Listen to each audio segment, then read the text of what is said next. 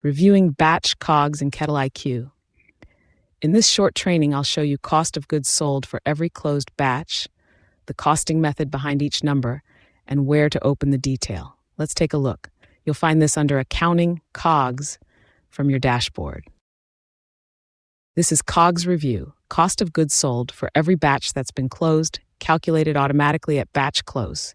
Each row shows the batch number, the recipe, the close date, the costing method, and the total COGS. The costing method is either FIFO, first in, first out, where each ingredient's cost comes from the oldest inventory lots on hand at close, or average cost, the weighted average of all on-hand inventory. Click View on any batch to open its COGS detail, the total cost of goods sold, plus a plain language note explaining exactly how that number was costed.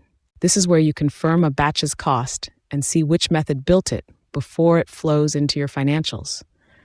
No black box, just the number and how it got there.